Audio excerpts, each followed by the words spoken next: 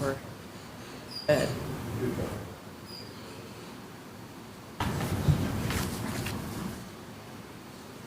Hello, everyone. Welcome to the City of Lebanon Board of Zoning Appeals meeting for Monday, January the 6th, 2020. We will have roll call, please. Gordon Perry. Here. Bruce Polly. Here. Ron Edwards. Here. Chad Kiger. Here. And Lori Gross. Here. Okay, we have everybody here tonight. Has everybody looked at the last month's meeting minutes? Any questions, concerns, or anything? I would entertain a motion to approve them.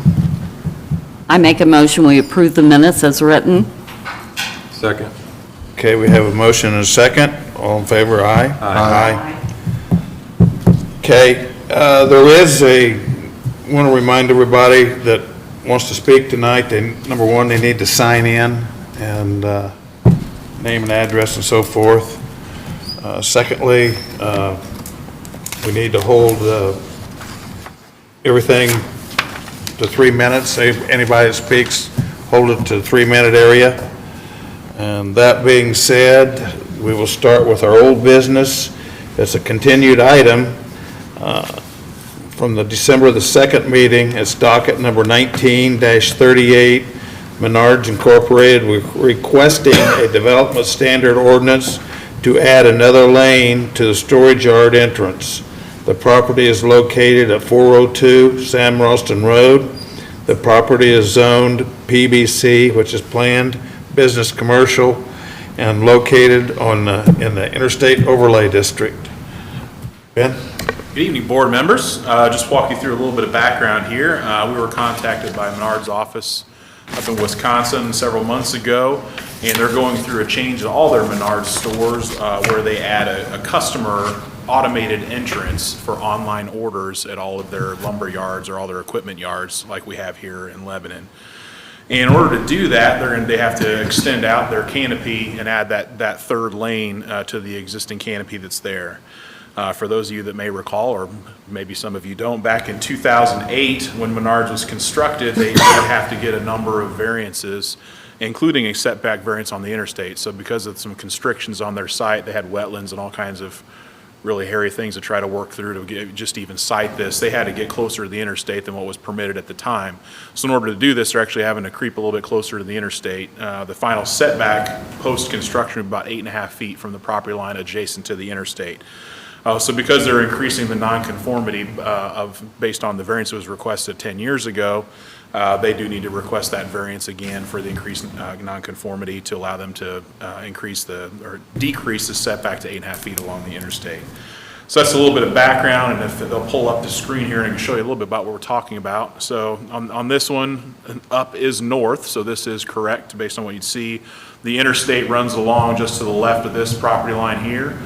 So you can see in red are where the changes will be occurring. So you can see there's a new drive lane that runs through here. The canopy is extended further to the west towards the interstate. The existing 14-foot wall that screens the back equipment area or sales area will be relocated, or I guess there'll be a new wall constructed to screen this back area here that would match up to the edge of the canopy, and then they're proposing additional landscaping to soften it where they can get it to fit along here within that 8.5 feet. That's the basic rundown of the request. For the record, there are the 3 criteria for variances that need to be met in order to approve a variance. I'll just for the record state that they're in there. There's nothing particularly outstanding about what I wrote in there, but they're in there for the record. And staff recommends approval of the development standards variance request to permit a reduction in the front yard setback subject to the following condition. And that would be that the applicant would install landscaping that meets the interstate corridor buffer requirements for the entire length of the expanded drive aisle. In this case, that would mean a type B buffer that includes 6 trees and 15 large shrubs for every 100 linear feet. So it's slightly different than what they have shown in here in their proposal. Would be a couple more trees and some additional shrubs that they'd have to put along what you see in the red here, in essence, in order to meet that buffer yard requirement. That was the condition we wanted to place on there to try to soften that. adjacent to the interstate. I'd be happy to answer any questions if there are any. Ben, is this strictly a City of Lebanon item? Because it's not, it's property, obviously, outside of the right-of-way. It doesn't have any effect on NDOT? This will not, yeah, this is all on private property. This doesn't affect NDOT at all. There's nothing in NDOT right-of-way standards that, you can't build right up to the line, that's where the city stuff? Yeah, I mean, once you're on private property, NDOT doesn't have any control, so I assume as long as things aren't extending out into their right-of-way, that would be the only issue, but this would not in that case. Okay, thank you, Ben. Thank you, Ben. Would the applicant please step forward? Explain a little bit about what's going on. Good evening, Tyler Edwards from Menards, here requesting another yard gate addition. Spent about the last 2 years putting these on almost every Menards store across the country, and we're getting to the end. What this is an additional lane for online ordering. I'm sure you've noticed you can order stuff online and pick it up everywhere today, even fast food restaurants. We are no different, trying to stay competitive in the retail landscape. So what that means is we'll still have 2 dedicated lanes operated by the gate guard like there is today. Those will be the outer lanes towards the interstate. Now that inner lane towards the store will become the automated entrance lane. So you scan the barcode from your order, from your phone or printout. It lets you in without waiting for the gate guard to let you in case there's a truck checking in or out, because that can take some time. You drive around to the designated door with the designated signage, pick up your materials, and drive right out. So it's supposed to expedite the process from you not having to go into the store or wait for the gate guard. That's kind of that immediate satisfaction that online ordering will bring, because Menards holds and sells things that are a lot bigger than any shipping can really handle. As far as the variance, unfortunately, there's really no other place on the site to put another gate besides attached to the existing gate. So in order to make this happen, that's why we requested the variance. We did shrink it down as much as possible. This was the minimum size we can fit and still get all the vehicles through it. And then, of course, the additional landscaping facing the interstate is just fine.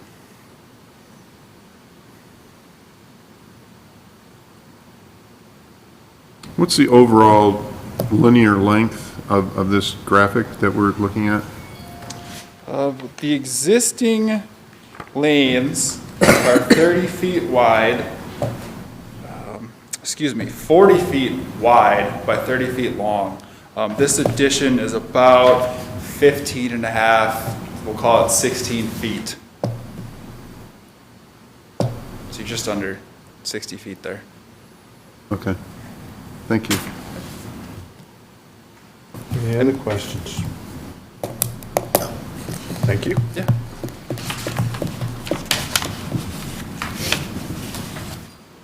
Okay, being there's no questions. Public hearing? Oh, yeah. It is a public hearing. Anybody wants to speak, please step forward. Hold your time to 3 minutes.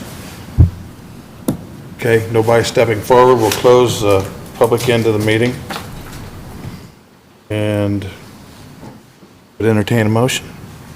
Another question for Ben. Okay? The existing setback line is what, Ben? I want to say it was around 20, give or take. The gate is 20, the fence is less than that. It's about 18 to 20 feet is about the existing setback. So the new wall and the fence is that 8-foot 7-inch About, dimension? yeah, 8 foot 7 inches, yeah. Is what we're remaining with? Okay. 12 feet. Existing fence is 12 feet, so we've reduced it about 4 feet. Oh, so we're only looking at about a 4-foot? Right. Okay.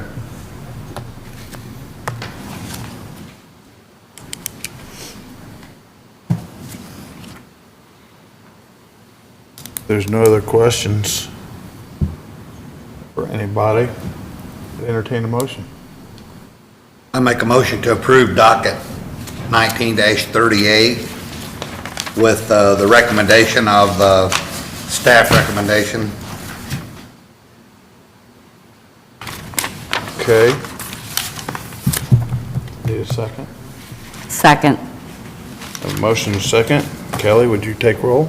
Gordon Perry. Aye. Bruce Pelly. Aye. Ron Edwards. Aye. Chad Kiger. Aye. And Lori Gross. Aye. Motion carries. Good luck. Thank you. Next item on the agenda, excuse me, is Matt Waters. It's docket number 20-1. The property is located at 1415 Fordyce Road here in Lebanon. Subject property is zoned single-family residential and comprised of .7 acres. The subject lot configuration is approximately 195 feet wide and 160 feet deep. Very good. So this is an existing single-family residence. It's actually a double lot out on Fordyce Road. The applicant approached us about building a larger accessory structure on the property. We did a little bit of reviewing of the existing structures on the property. As you may recall, for a residential property, accessory structures can be up to 50% of the square footage of the primary residence on the property. So we do limit to half of what the existing residence is in the property. So we ran a few numbers. Looks like the primary structures is just under 2,200 square feet, meaning that the accessory structure could be no more than about 1,100 square feet on the property. They're currently proposing a 36 by 40 foot structure, a little over 1,400 square feet. So what they're requesting is a little bit larger than the maximum by approximately 30%. They did approach us about requesting the variance and gave us some information on the structure and also the location. It does meet all appropriate accessory structure setbacks. In fact, it exceeds them. It'd have to be behind the primary structure. If they pull up the screen, you can kind of see, here's the proposed location drawn on the aerial photography. It just sits just outside the existing fence. It's required to be behind the front side of the house, so it does do that. It's approximately 16 feet from the west property line, and 10 feet is required, so they are above and beyond the setback requirement. Actually, you can see here the neighbors have a very large garage that sits fairly close to the property line. That's probably over the square footage requirements, so just kind of an ironic coincidence. But they do meet all the required setbacks. It is larger than what's permitted based on the primary structure size. So they are requesting the variance to look at this. It is a larger residential property than what you typically see in this area because it is a double lot, so they do have extra acreage than you would see. So in this case, it's limited by the size of the house, not necessarily the size of the property, even though it fits. That's the need for the variance. Just walking through the criteria, just reference them again for the record in the staff report. Just mention use and value of the area would not be affected in a substantially adverse manner. The barn is going to be placed in a location that will have minimal impact on the adjacent neighbors, as it does exceed the setbacks. Strict application in terms of the zoning ordinance would result in practical difficulties. In this case, the property where the proposed barn is to be constructed is almost an acre in size or more than sufficient to contain an accessory structure of this size. In this case, the applicant is limited by the size of the home, even though there's sufficient acreage for a structure of this size. And what we did look at in this case is to try to minimize the potential impact is to make sure that the garage or barn is constructed of similar materials of the house, so it'll somewhat match. That's not a unified development ordinance requirement in this case, but in this case, because they are requesting a larger size than was permitted, staff felt that it was appropriate to ask for the materials to match the house. So in this case, Lebanon Planning staff has recommended approval of this development standards variance request and permit relief from the accessory structure area requirement, subject to the following condition: that the proposed barn is constructed using lap siding that matches the design and color of the primary structure. Again, I'd be happy to answer any questions you have. Is this going to require a second driveway? I'll let the applicant answer that. I'm not sure what their intention is for that. Any other questions? Thank you, sir. Could the applicant step forward, please?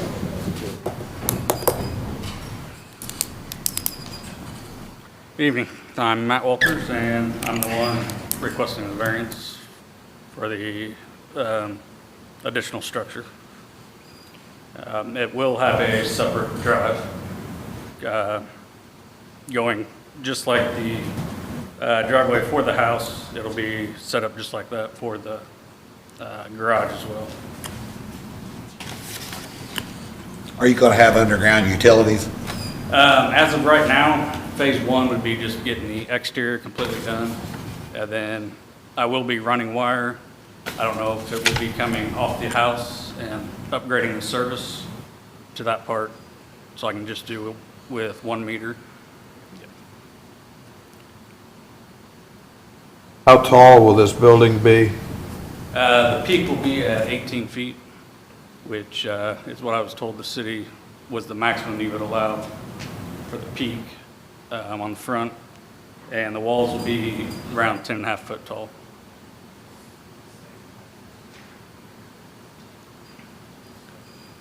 When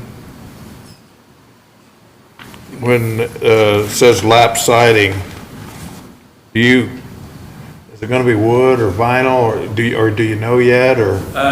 Well, that's also want to bring that up for the lap siding. I was told there's not really any criteria or ordinance saying it can't be metal.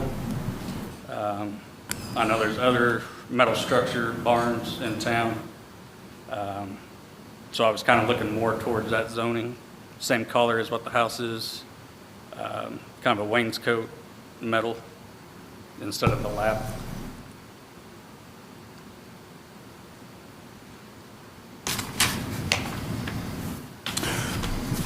Is this, David, go ahead. is this for, this isn't for like a future business or something? No, sir, no, definitely no business. Yeah.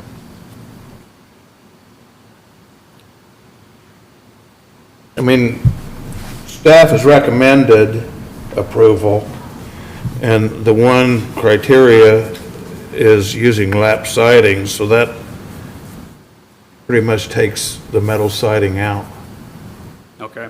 Well, I guess I was told before I filed it that there was no variance or anything, ordinance against metal. So I could go ahead and file for that, but I know what they've got. We can look into that farther, I guess. But then, Okay, yeah. okay. And I do know there's others around town. I don't know how that gets passed in as far as metal structures. Would that be a question for Ben? Ben. Yeah, when he comes back. Okay, any other questions? Thank you. Thank you.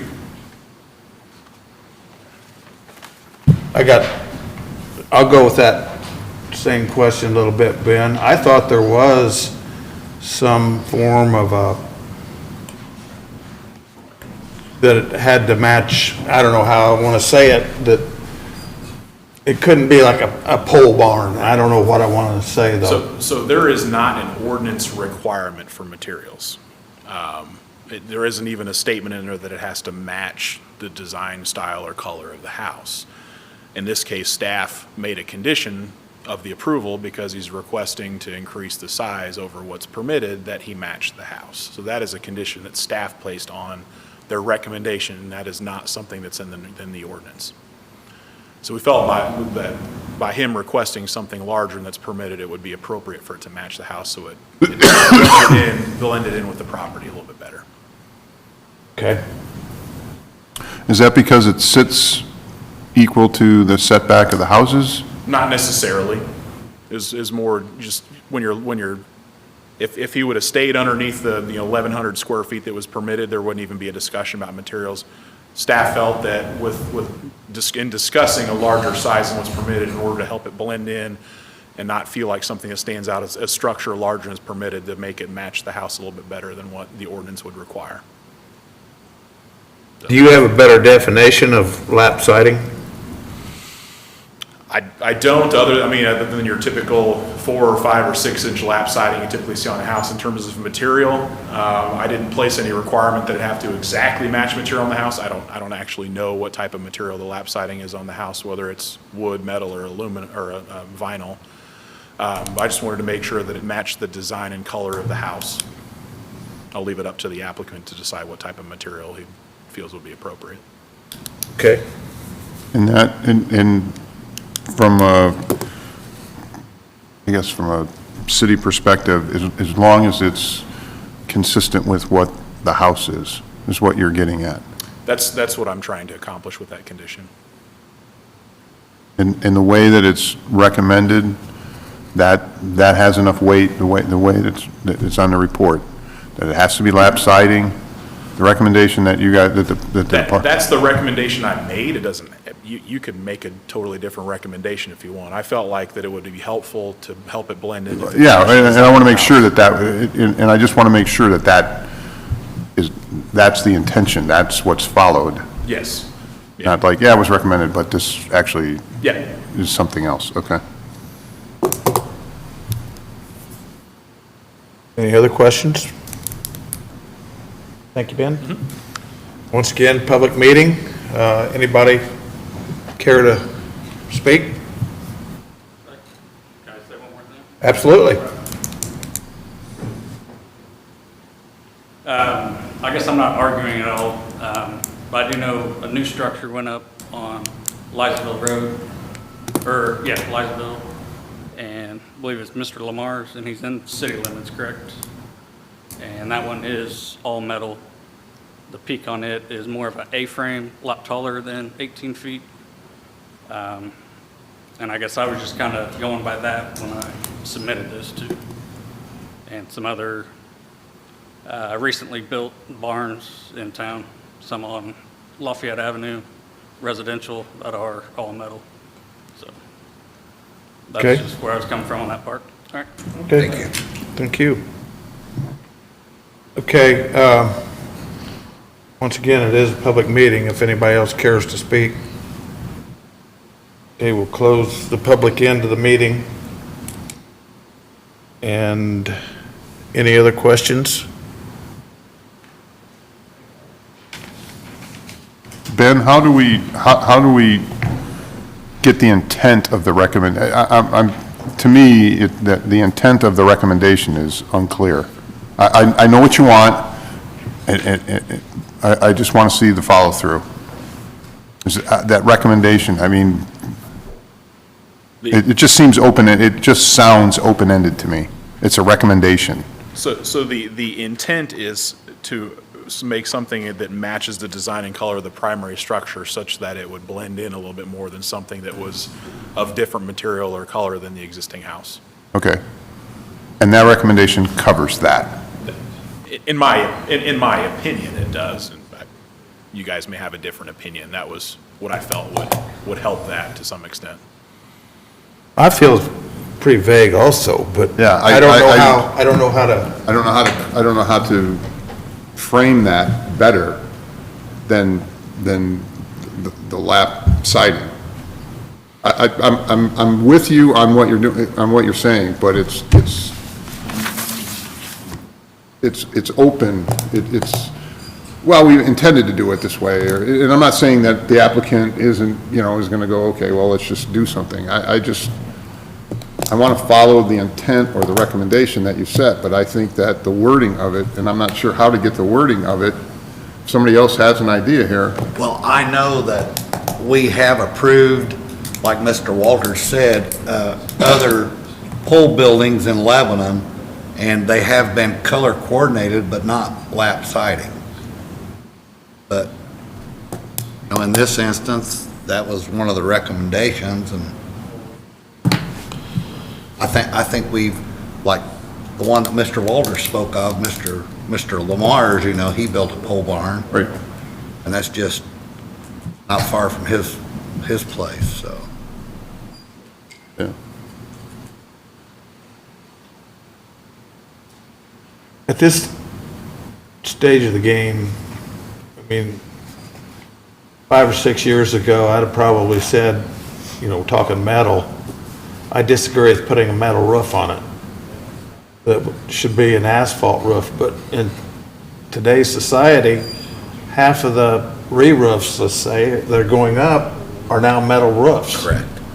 So, you're not You're not trying to, you're just talking siding, not necessarily, the roof can be, does it need to match the house too? That's what I chose to address. It's totally up for your interpretation, what you feel would help it to match the house, whether it's just color of those materials, whether the material itself should match what's on the primary structure. I mean, that's up for discussion. I put on there what I felt would help it to most efficiently blend in with the primary structure. I mean, in your interpretation, it could blend in by making it the same color. That's the starting point for me, is the color. It's a, go ahead, I'm sorry. So color coordinated? Color coordinated with the rest of the property, with the existing structure. That- I can understand the metal and the other stuff. It's just, you know, we're not opposed to pole barns, but it just, red just come, when people say barn, red just comes to mind, and it just,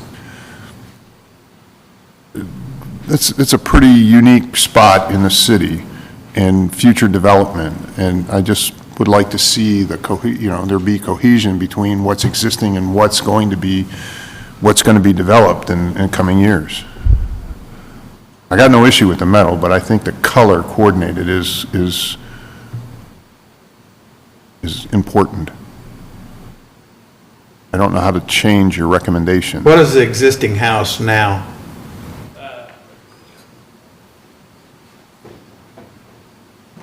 The existing is primary brick. The front of it is 4-foot brick high, and then cedar above it. So the wainscoting for the barn, I was going to do a dark gray, and then the rest of it a light gray. That would be the same color as the house. Okay. So it would blend in with the house structure. It wouldn't be a totally different color or anything like that. And definitely not red or...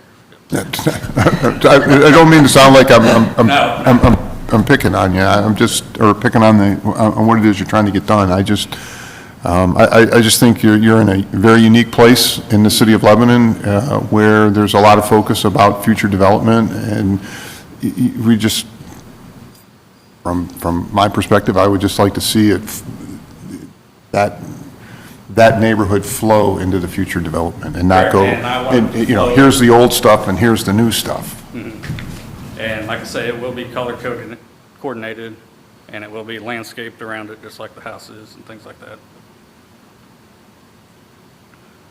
Thank you. Yeah.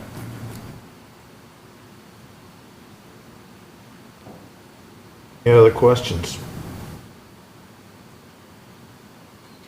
Are we good to eliminate the lap? That's That's up to us. your decision. Yeah. You're not going to hurt my feelings. I don't think we are, I mean,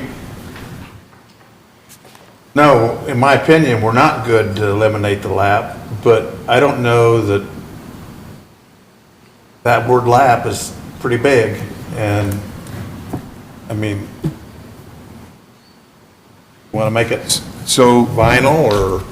so metal siding, isn't there a lap in that, or is it just corrugated? I don't know that would typically be called lap siding. Your typical lap siding is the horizontal lap, either 4, 5, 6, 7 inch horizontal lap siding. Is that what your primary residence is now, sir? It is cedar. Yeah, It's cedar lap? right. Yes, and obviously I couldn't afford to do the whole thing. Yeah, I get that part. That got to be history. Nobody can afford cedar lap siding. Also vertical, isn't it? Well, Yeah. lap is generally Yeah, horizontal. horizontal. Yeah. I'm just against metal siding. I'll just come right out and say I'm against metal siding. Now, I don't know where it goes from there. I guess we take at this point, if nobody has any other questions, we just take, I'm open for a motion.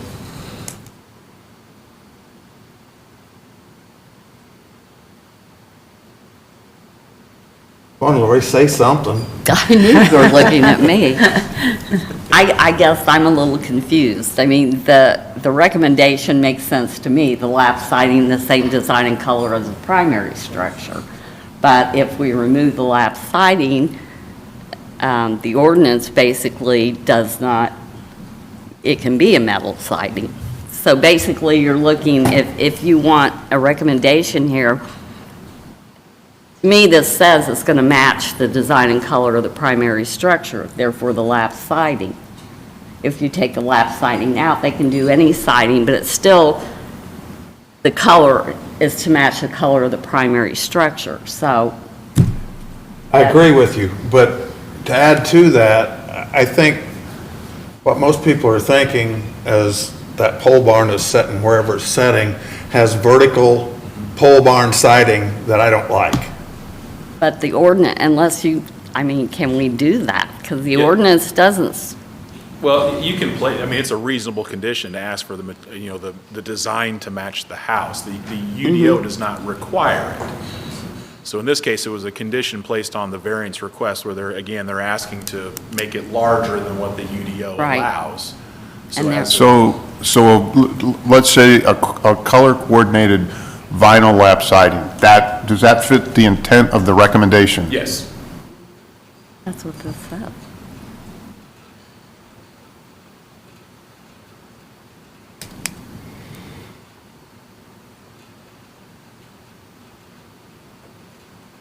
Or it could be that hardboard lap siding, I mean, Yeah.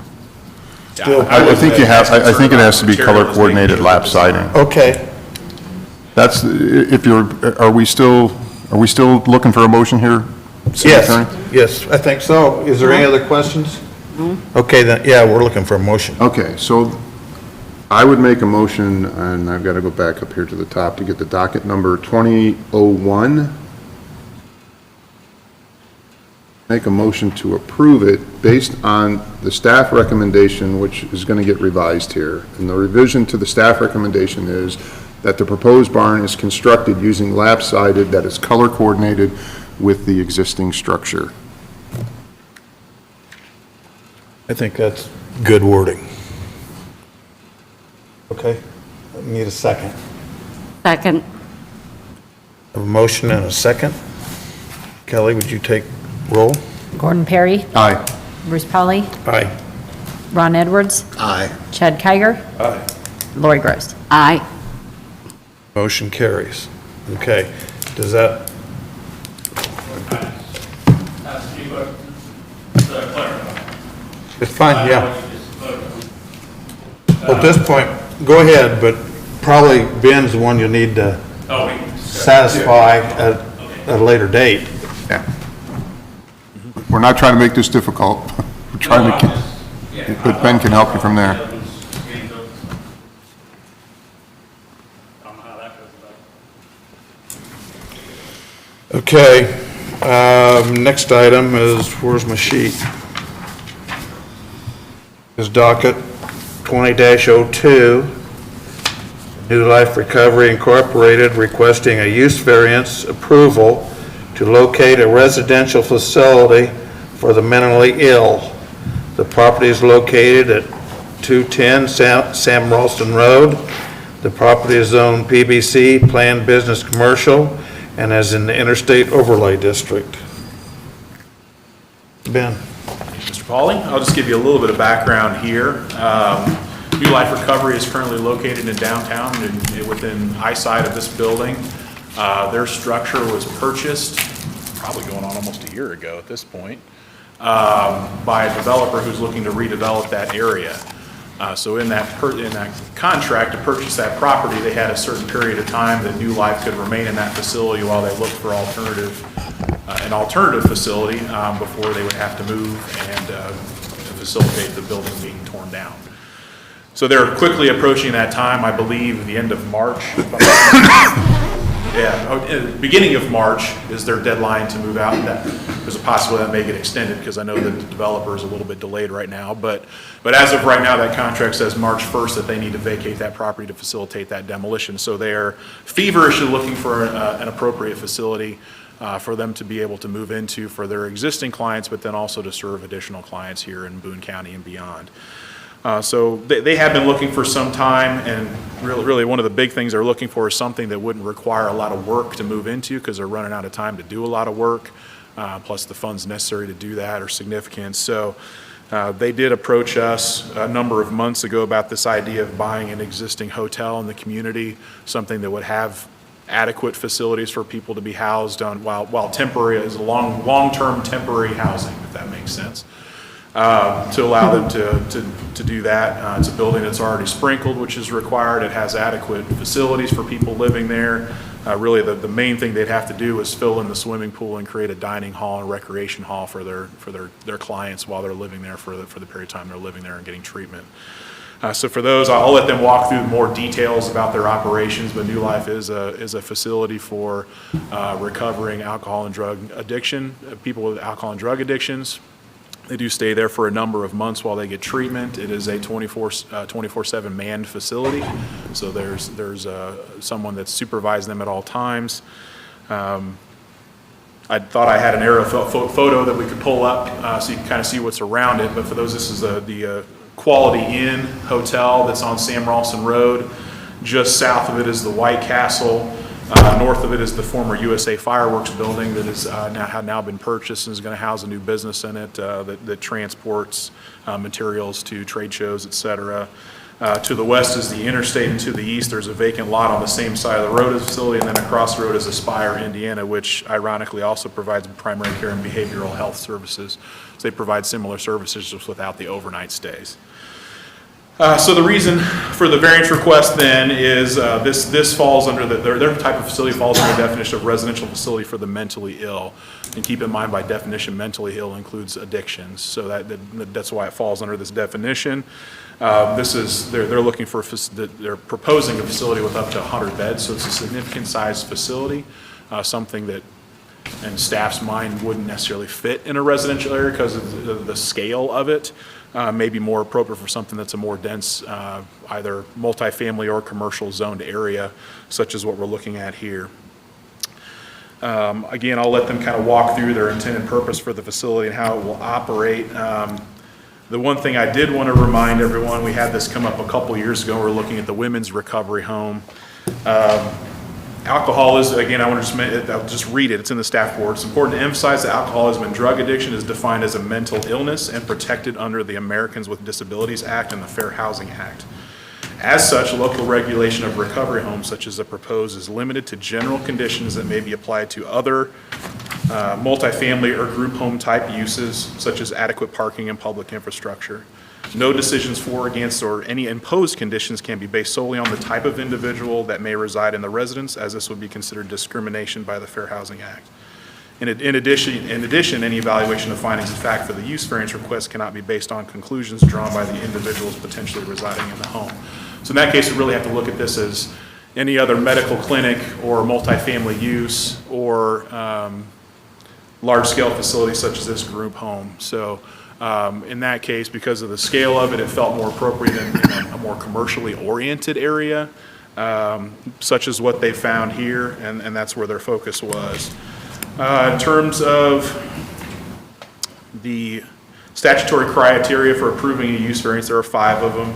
The first is the approval will not be injurious to the public health, safety, morals, and general welfare of the community. The variance that used to permit a residential facility within a PBC zoning district will not be injurious to the public health, safety, morals, and general welfare. The zoning of the property provides for a variety of small to large-scale commercial uses, and the current hotel use contemplates overnight stays by tenants. The level of occupancy proposed by the applicant fits the intent of the commercial zoning district and will not cause undue stress to the public services provided to the property. Criteria number 2 is the use and value of the area adjacent to property, including the variance will not be affected in a substantially adverse manner. The requested use variance would not affect the use and value of the area adjacent to the property. The area includes a mix of commercial retail uses, including an outpatient facility, similar behavioral health services, minus overnight stays. The applicant intends to maintain the exterior of the existing hotel use and has adequate parking for all potential employees and tenants. Criteria number 3, the need for the variance arises from condition peculiar to the property. Again, the applicant's existing facility has been purchased with the intent to redevelop, so the applicant has a limited amount of time to relocate. They have been searching for an existing building that has adequate space to meet their demand with limited upgrades necessary to meet their deadline to relocate. A hotel facility such as the proposed is set up well to meet the needs of this type of use with minimal construction necessary. While the proposed use involves residence, due to the scale of the proposal, it is more commercial in nature than residential. Criteria number 4, the strict application terms of the zoning ordinance would constitute unnecessary hardship.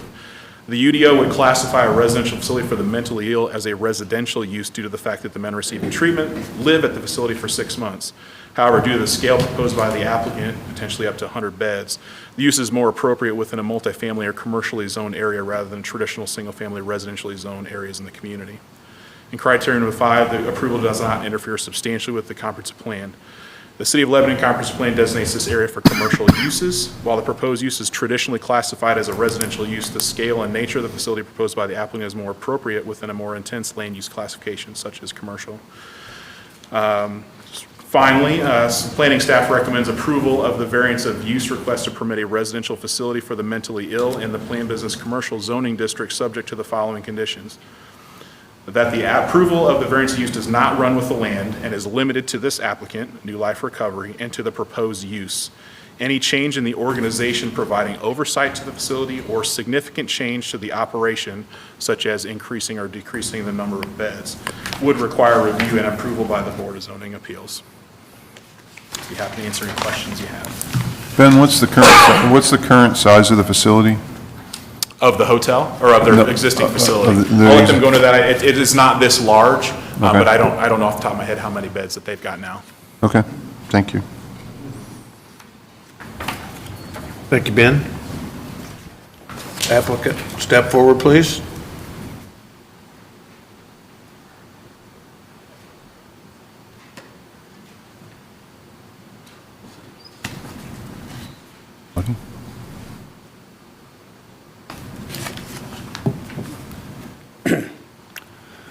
Hello, my name is Martin Berg. I'm the executive director of New Life Recovery Center.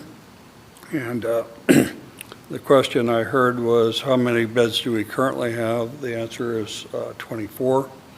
The hotel has 57 guest rooms. We really don't want to go over 100 beds, and the remaining 7 rooms would be used for office space and other services.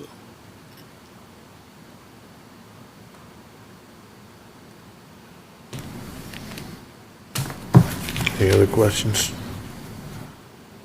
How does increasing the facility by a factor of 4, how does that work with your organization? Does it require, I'm assuming, more staffing and that type of stuff? Yes, it certainly does.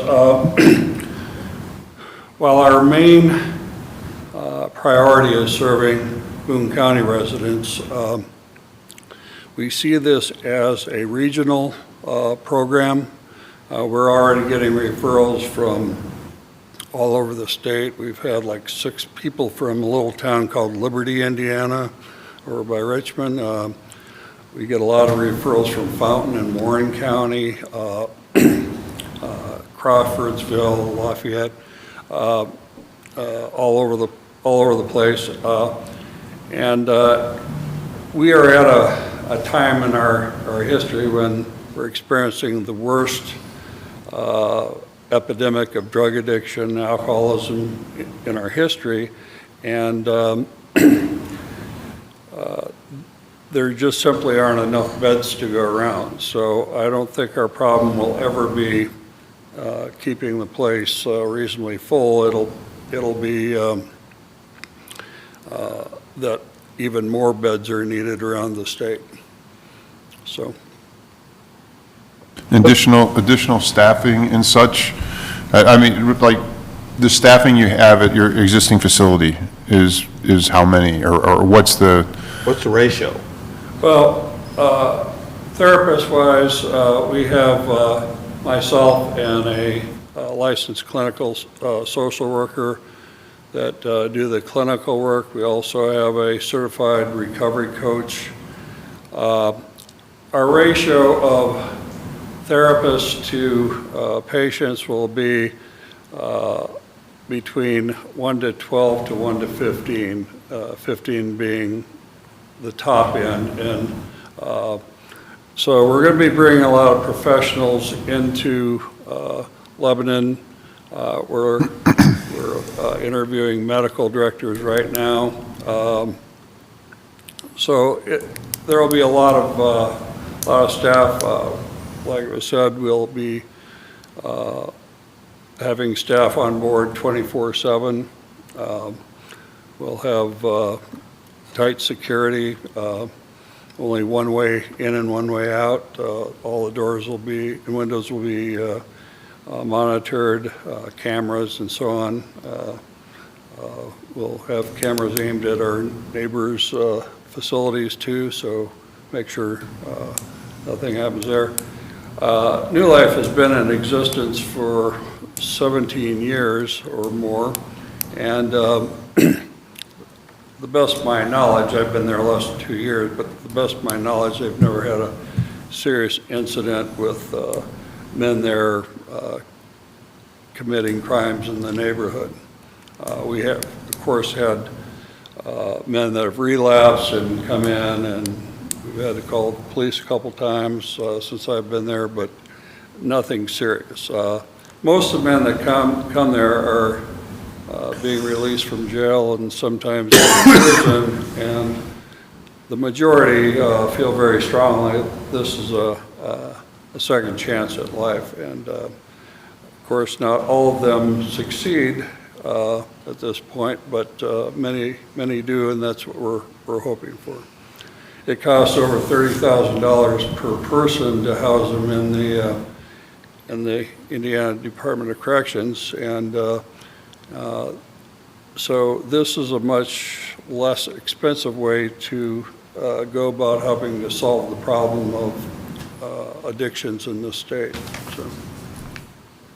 Is there any concern by your organization about the location being remote to the city? I mean, you know, you're kind of out there on the western edge of town. Actually, maybe that's a better thing. I'm just curious from your perspective. I love the location because the majority of our guys work out in the industrial park and various small factories on this side of I-65, but it's almost everybody works in that general area. So it'll be a big help to them in terms of getting to and from jobs. Right now, we don't have a van, so they're kind of on their own to get to and from work. A few have cars, but very few, and others usually arrange for rides with coworkers and so on. But the location couldn't be any better. So we don't. Where we're at now, we get a lot of active drug addicts coming by our property. I kind of like the idea of being isolated. So if I had my way, we'd be out in the country somewhere. So, but this couldn't be any better. It's almost a turnkey operation. I have a builder that estimated that we'll be spending less than $200,000 for the construction. So it's basically putting in a floor in what's now the swimming pool and putting in a commercial kitchen. And I have a question. What's your criteria for accepting someone into the program? Do they just have to be an addict, or? Well, that's one of the criteria. We don't take people who are not a self-diagnosed alcoholic or addict, or both. But beyond that, we're looking for motivation. With only 24 beds, we can't afford to let somebody take up a bed that isn't serious about getting sober. So we do a very extensive initial screening and then thorough clinical evaluation to determine just how serious they are and whether they'll be able to psychologically and physically deal with the demands of the program. So, Violent offenders, or? Well, that's a tough one because we look at at the reason for the violence. Was it the guy that has been in some bar fights, or is it the guy that goes up wanting to beat up people when he's not drinking or using? So that takes an awful lot of skill to determine that one. We do not allow any sex offenders, period. We just can't. It wouldn't be fair to New Life or fair to the sex offender. We're not equipped to handle it. Do you look at their criminal activity? Oh, yes. Okay. Yeah, we do a very in-depth search on their criminal records, and in most cases, people being referred to us are coming from probation departments or community corrections, and they give us a lot of help with that too, so. No sexual predators or anything? No, absolutely not. Except none? No. What's the average stay? 6 months. Okay. There's a state program called Recovery Works that will pay for 200 days of room and board, and so that's closer to 7 months, but most of the men are ready to leave about 6 months. Everybody's different. We try to get away from these, picking a random number and saying that's how long the program is. If somebody's ready to go at 4 months, that's when they go. So, but I'd say most of our guys, they come in with the expectation of 6 months, and then we go from there. So. Have any other questions? Okay, thank you. Thank you. It is a public meeting. Yes, ma'am. Please hold your time about 3 minutes. Well, I have a couple of points, but they're all substantive and I won't repeat, but the chances of me getting my name out in 3 minutes are relatively narrow. So I'll try and go through them as quickly as I can, but I've got 5 points here I want to raise with you, and I think you'll want to hear most of them. So my name is Melissa Gerard. I'm the general counsel for PSG Logistics, which owns the property immediately adjacent to this property to the north. We have a couple of concerns. The location, I think, is somewhat of a concern to us. As a community, we've spent substantial resources in establishing this freeway interchange as the primary commercial retail node in Lebanon. This non-commercial use doesn't seem to fit and probably will inhibit further commercial development in the area. We have a commercial outlot. I think it's going to be more difficult to sell, and the universe of potential buyers will be smaller and possibly less desirable than what we were anticipating when we purchased this property in November. I was hoping we could sell it for a restaurant. I don't see that happening with this use right next door. It would have been attractive to have a restaurant next to a hotel, but it isn't going to work here.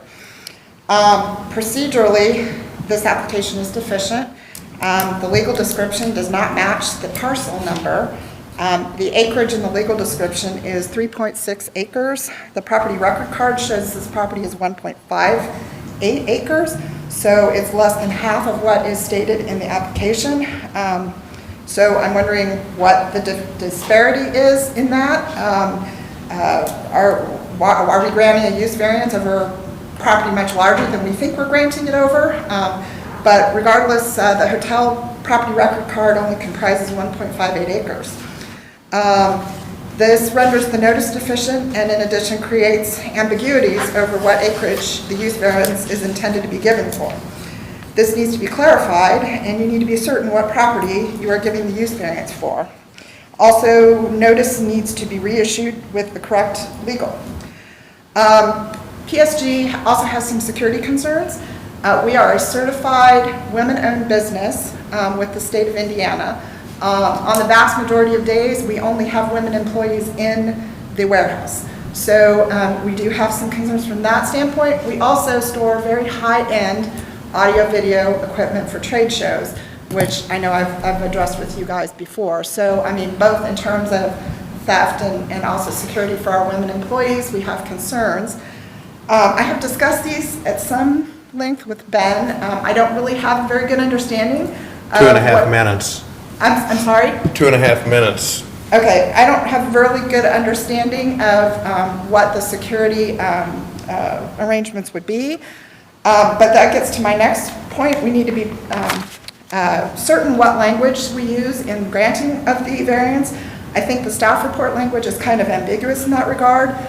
Residential mental facility for the mentally ill is too broad, particularly if we are using the state licensing for a level 3 whatever as a proxy to address the security concerns, up. which is what Ben, well, I want to, if you would indulge me, I have concerns about the signage too.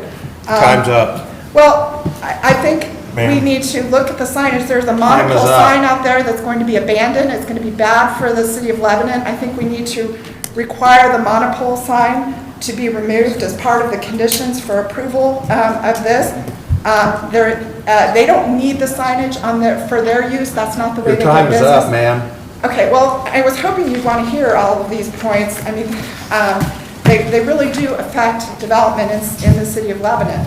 But I think we should limit the signage on this building, since it's a non-conforming use, to Time maybe is a up. monument sign at the entrance on Sam Ralston Road. Do we have anybody else? Ben? We received a, Let me- this is for the public Okay, record. Yeah, okay. we received a letter today that I just got just a few hours ago, so I just wanted to read that into the record because it wasn't included in the packet. This is a letter that was addressed to the office from Christine Altman. Dear Mr. Polly, I, along with 4 other individuals, own the vacant parcel land immediately adjacent to the parcel currently operating as the Quality Inn. Our consortium originally sold the land to the developer to build the hotel. We have been actively attempting to sell our remaining tract. We have received your notice of then petitioner's request to change the use of the hotel property to a facility for the mentally ill in late December. We were not contacted by the petitioner about this requested variance, but have reached out to the petitioner and found that the intended use of the parcel is for a residential drug rehab facility, not to treat mental illness other than it might relate to drug addiction issues. Unfortunately, we have not had the time to fully discuss or resolve concerns about the petition and must file an objection. We have grave concerns as to the reduction of value to our parcel in the event that the use of the hotel parcel is changed to the petitioner's intended use.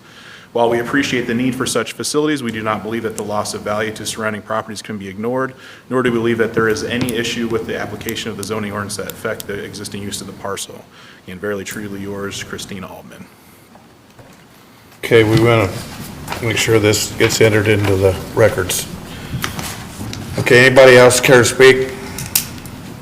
Okay, we will close the public end of this meeting. Any other questions? Questions for Ben? The legal description, Ben, where are we at with this? Yeah, I'll have to look closer to that. I didn't notice that discrepancy. There is an exception that's listed, but it doesn't seem to, again, match up exactly. So yeah, there's something that's not quite right about that. My guess is that it actually includes the outlot Yep. that's there at the property, is what it kind of looks like to me. That is not, and I added the outlook to it too, and the numbers still don't match. So we're gonna have to double check, something's not right with the legal description. My understanding is they got this from the property owner, so I'm not sure what the issue is, but there's something that's not right, so, Does that automatically defer it to next month? yeah, we would have to continue it. You have to get the property description right. Yeah, we need to make sure, something is not right about that description, doesn't match up with the acreage. Yeah, it's from the deed from the property owner, but the acreage for some reason is not matching up, so it mentions 3.74 acres, there's an exception there, but I think the exception's only like 0.162 acres. And it actually lists parcel 2 and parcel 3, so I'm not sure what parcel 2, those look like they're just for easements, so that doesn't seem to match up either, so. Yeah, I can't read legal descriptions, know exactly what's going on, but it doesn't seem like the acreages are correct. Mr. Chairman, I would make a motion that we table this issue until the legal description is correct for the facility of which we're talking about. Second the I motion. agree, and we have a second. Okay, well, better take roll. Gordon Perry. Aye. Bruce Pelly. Aye. Ron Edwards. Aye. Chad Kiger. Aye. And Lori Gross. Aye. Okay, So sorry, Ben, we just have to do. Oh, no, I totally understand. Yeah, I agree with that. I just want to ask if there's any other questions that you have as a result of the discussion or the public hearing, or any other issues you need me to address before next month. I want to make sure we have a chance to address those before the next meeting, if there's any other discussion or questions. you have. What's the other questions are going to be, what's the signage? There's going to be an issue about signage, so what is that?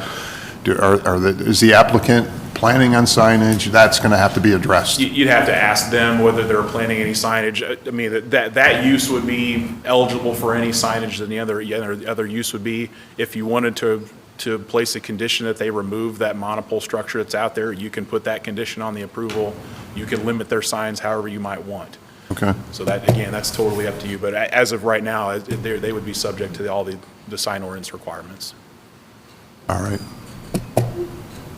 Okay, the docket 20-02 will be continued until February the 3rd, Yes. I believe, yeah, February the 3rd.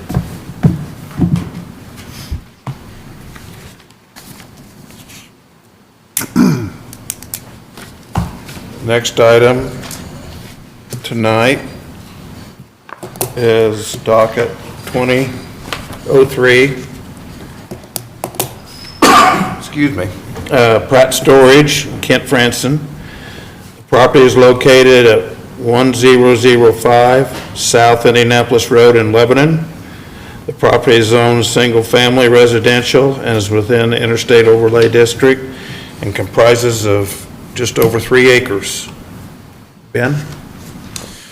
Right. A little bit of background here. Mr. Pratt came, actually probably 6 to 8 months ago now, to talked about the idea of adding some additional buildings on the site that they own here on South Indianapolis Road. It's just off the interstate at Indianapolis Road.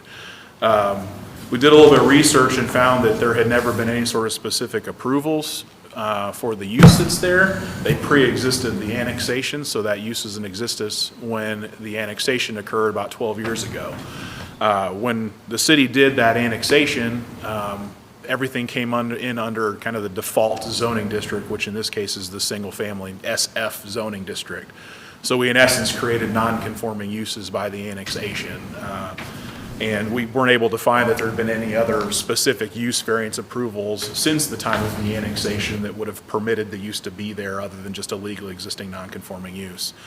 So in this case, because Mr. Pratt was wanting to add some additional square footage of a non-conforming use, creating more non-conformity, for lack of a better term, he needed to get the use variance approved in order for him to allow him to do that. So if they pull up the screen here, just kind of remind everybody what's going on here. So this house that's here is no longer there. What Mr. Pratt would like to do is add an additional building in this space that meets all the applicable setback requirements. As you can see here right now, the property owns to the center line of the road. We are asking that they dedicate the proposed right-of-way from the thoroughfare plan along here, so we've got the 40-foot half right-of-way in place at such time that this road needs to be improved, which I'm sure at some point it will be in the future. So that's one of the conditions we placed, but Mr. Pratt made sure that he accommodated that 40-foot half right-of-way and then the 50-foot front setback before he placed the building out there. So in this case, the request is only for the use variance to allow this use to continue and to allow them to add an additional building. They have not requested at this time any other development standards variances for material setbacks, landscaping, anything like that. We do intend to work with them through the development plan process, and when he's got an engineer on board to help design that for him, figure out there may be some other variances that might be necessary when we get into that. Because he's in the thoroughfare overlay and also the interstate overlay, there's a lot of buffers and additional setbacks and things that's going to be very challenging for him to meet on this site. So my guess is he may be back in a month or two with some additional development standards variances when we actually get to the point where we're designing the site with his engineer. So for now, this is strictly the use variance to allow this use to continue and to expand and allow an additional building on the site. Just quickly walking through the findings of fact. Just again reference those for the record. They're in the staff report. Again, this is fairly straightforward. It's an existing self-storage facility that was made non-conforming by way of annexation by the city, and the zoning classification we placed on the property. So that's really the need for the variance and the strict application of the zoning ordinance. So this site is directly adjacent to the interstate. It really has very little value as a low-density, single-family residential use. So the use that's there is more appropriate than something that would meet the zoning classification. So again, the rest of those criteria are in the staff report for the record. And just to walk through staff recommendations, we recommend approval of the variance of use request to permit a mini warehouse self-storage facility use within the single-family residential zoning classification, subject to the following conditions: that the approval of the variance use is limited to those self-storage uses proposed by the applicant. Any change in use or increase in the intensity of the use by the current or any subsequent owners will require approval by the City of Lebanon Board of Zoning Appeals. I'm not sure that it could increase in intensity. I think this pretty well fills up the property at this point, but we wanted to make sure to place that in there. And number two, that at no time will outdoor storage of any kind be permitted. All storage must be entirely contained within the existing buildings and/or proposed buildings on the property. Number three, that the applicant dedicates the proposed half right-of-way, which is 40 feet specified by the Lebanon Thoroughfare Plan adopted July 2017, along the Indianapolis Road frontage as part of the development plan process for construction of the new building. Go back to that picture for a second, please. So you're asking for the, to dedicate the right-of-way for the 40 feet. Does that go clear down to the edge of the picture, or just to right to the driveway? How does I'd that have to work? double check to see if, I believe both of these properties were included in the description. At least I'd hope so, because we want to make sure the existing buildings were included in the use variance request. I'm seeing a nod from the applicant, so yes, it would involve all the way down to this eastern property line. Okay. Any other questions?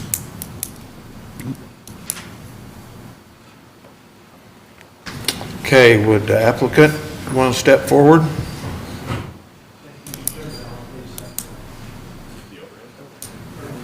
Yeah, I go over here and work it. Okay, good, thank you. Good evening, my name is Kent Franzen. I'm an attorney with Parr Ritchie at 225 West Main Street, Lebanon. I'm here tonight with Ted Pratt Jr. Ted, come on up here, you can't hide. Ted and his father started this business 43 years ago. They are in the self-storage business. They have about 6 locations, at various locations around Lebanon. One of them is this site on South Indianapolis Road, bordered between Indianapolis Road on the essentially west or southwest, and I-65 on the east side. As has been indicated, the house that's shown in the picture that he presented a few minutes ago is gone, and there is room in that area. There's a separate 1-acre parcel that house sat on for a new storage building. And this would be 140 by 50 feet in size, would have 44 individual rental units, accessible primarily from the interior. Most of these will be accessed from the interior doors. Only the ones along the southeast side of the building would be accessed from exterior doors.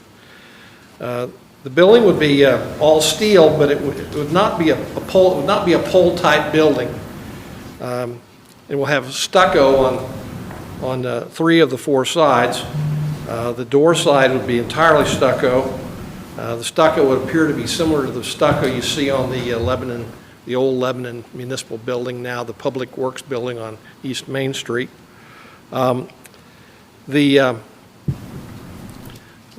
There's room for the space, room on the site for this building to meet all of the setback requirements that have been outlined. The area would be accessed off of Indianapolis Road, and he will pave the drive-in, and it will not circle the building because there will no reason to go behind or north of the building. All the vehicular traffic would be on the southeast side of the building, but that driveway in and out would be paved. The building will essentially be the same height and style, color from the existing buildings there on the property. It will not be noticeable from I-65 because of the way the other buildings stack up along the interstate side. It will not be plainly obvious that there's another building constructed on the property. There is currently 1, 2, 3, 4, 5, 6, 7, 8 buildings on the property now.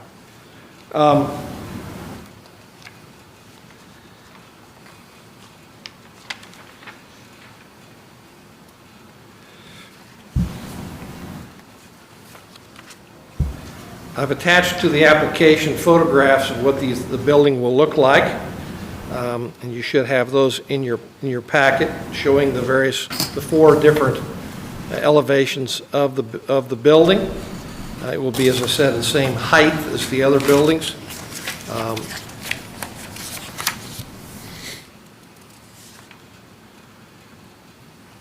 There will be no outside storage. All of the equipment, all of the rental spaces will be entirely self-secured, individual units, accessed primarily from the inside, although some will be accessed from the outside on the southeast side. I can't think of anything else. I'm happy to answer any questions, and of course Ted is here as well to answer questions about his plan for the property. He would like it to fit in. He thinks it will be an improvement. It will actually probably be the best looking building of those he has out there, but it will fit in with the area. It is essentially in a commercial industrial area. I know it's been indicated it was zoned SF when it was annexed in 12 years ago. The area is not suitable for residential development because it's bordered on essentially jammed in between 2 major thoroughfares. And from the north side, it's kind of blocked by the overpass for Hallbaker Road. So it's really kind of set off in a secluded area. The only place you really see it is from the interstate, and this building, if allowed to be constructed, will not change what the public will see when they drive by on I-65. So I'll stop talking now. I'll let you ask any questions of either me or Ted, or any other questions that staff might have. Thank you for your consideration. Any other questions? Just the existing facility, I mean, I've been by it dozens of times. There's no security gate, there's no need for that yet, I take it? Okay, come on up. Security gate, fenced in there. We haven't Had the need? needed one prior, Okay, and so unless we feel the need for it, we haven't appropriated that yet. How Okay. long has it been there, Ted? That has been there, let's see, the motel, I think, was built in '56. They've probably been there since 1961. Talk to these guys. Around 1961. okay. Maybe 62, that's when we started building in that phase. It was, this section of land was in the county at the time. There was a motel on that residence there, in that facility. And so it was, I think, I-1 or at the time. Thank you. Any other questions? Okay, public meeting, anybody care to ask questions of Ted or Kent? Okay, we will close the public meeting.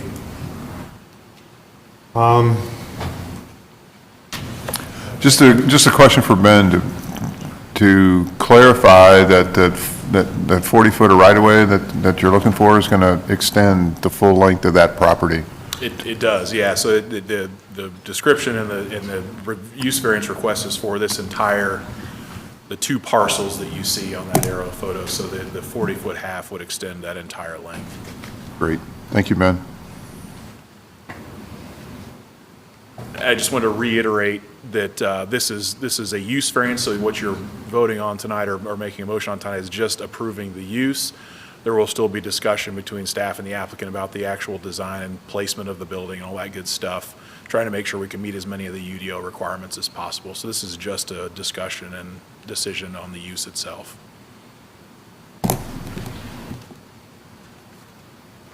No other questions? I would entertain a motion. I will make a motion to approve docket 20-3 with staff recommendations. Second.